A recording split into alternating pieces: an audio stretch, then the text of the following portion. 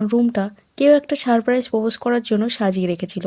ছেলেটা বলে, এইসব কি, তুমি তো বলেছিলে ও অন্য কোথাও গেছে। মেয়েটা ছেলেটাকে তাড়াতাড়ি খাটের নিচে লুকিয়ে পড়তে বলে। এদের ভাব ভাব দেখে মনে হচ্ছিল না এরা কাপল, মনে হচ্ছিল মেয়েটা তার আসল বয়ফ্রেন্ডকে চিট করছে।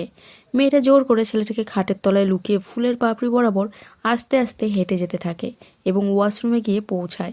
এই মেয়েটির নাম সিনথিয়া। সে যখন ওয়াশরুমে পৌঁছায় দেখে সেখানে তার বয়ফ্রেন্ড স্যাম রয়েছে।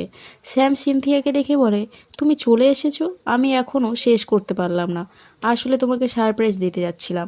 সিনথিয়া জিজ্ঞেস করে, কিন্তু তুমি এখানে কি করছো, তুমি তো বিজনেস ট্রিপে গেছিলে তাই না? স্যাম বলে, আমি তোমাকে সারপ্রাইজ দিতে চাইছিলাম, কিন্তু তুমি আজকে খুব তাড়াতাড়ি চলে এসেছো। সিনথিয়া জিজ্ঞেস করে, সারপ্রাইজটা কি? স্যাম বলে, আমি ফুল দিয়ে একটা রাস্তা তৈরি করতে যাচ্ছিলাম, বাথরুম থেকে বেডরুম পর্যন্ত। একটা রেড ড্রেস দেখিয়ে বলে, আর এই রেড ড্রেসটা তোমার জন্য, যেটা পরে তুমি ফুলের রাস্তা ধরে বেডরুমে আসতে। সিনথিয়া শ্যামকে চুপ করিয়ে বলে, হানি, আমি এখনো পর্যন্ত বেডরুমে যাইনি। শ্যাম ড্রেসটা দেয়, সিনথিয়া রেড ড্রেসটা পরে বেডরুমে যায় আর খাটের তলায় বয়ফ্রেন্ডকে সবকিছু ঠিক আছে যেটা শাইন দেখায়। তারপর রিংটা দেখে নাটক করে সারপ্রাইজ হওয়ার আর খুব জোরে চিৎকার করে। স্যাম সেখানে ছুটে এসে বলে, কি হয়েছে? সিনথিয়া প্রপোজ অ্যাকসেপ্ট করে। স্যামও খুশি হয়, খুব খুশি হয়, কিন্তু বেচারা ছেলে কিছুই জানতো না তার প্রিয় গার্লফ্রেন্ড তাকে কিভাবে ঠকাচ্ছে। শ্যাম বলে, আমি এই আনন্দটাকে সেলিব্রেট করতে চাই। সিনথিয়া বলে, চলো আমরা শ্যাম্পেনের সাথে এই মুহূর্তটাকে সেলিব্রেট করি।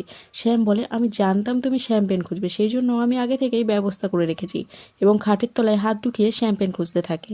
সিনথিয়া এইবার ভয় পেয়ে যায়, ভাবে এইবার ধরা পড়ে যাবে। আসলে সিনথিয়া তো চাইছিল কোনো রকমভাবে স্যামকে এই ঘর থেকে বাইরে নিয়ে যেতে, যাতে সে ধরা না পড়ে যায়। খাটের তলায় লুকিয়ে থাকা বয়ফ্রেন্ড শ্যাম্পেনটা এগিয়ে দেয় আর স্বস্তির নিঃশ্বাস ফেলে। সিনথিয়া শ্যামকে বলে, আমি ঘরে থাকতে চাই না, আমি বাইরে গিয়ে সবাইকে আমার খুশিটা দেখাতে চাই, বাইরে চলো প্লিজ। শ্যাম বলে, হ্যাঁ যাবো, কিন্তু তার আগে আর একটা জিনিস বাকি আছে। সিনথিয়া তো পুরো ভয় পেয়ে যায় আর ধৈর্যহারা হয়ে পড়ে, কারণ যখন তখন সে ধরা পড়ে যেতে পারে। শ্যাম একটা ক্যামেরা এনে বলে, আমি সব কিছু রেকর্ড করেছি তোমার রিয়াকশানটা দেখার জন্য, আমি আগে থেকেই ঘরে ক্যামেরা লাগিয়ে রেখেছিলাম।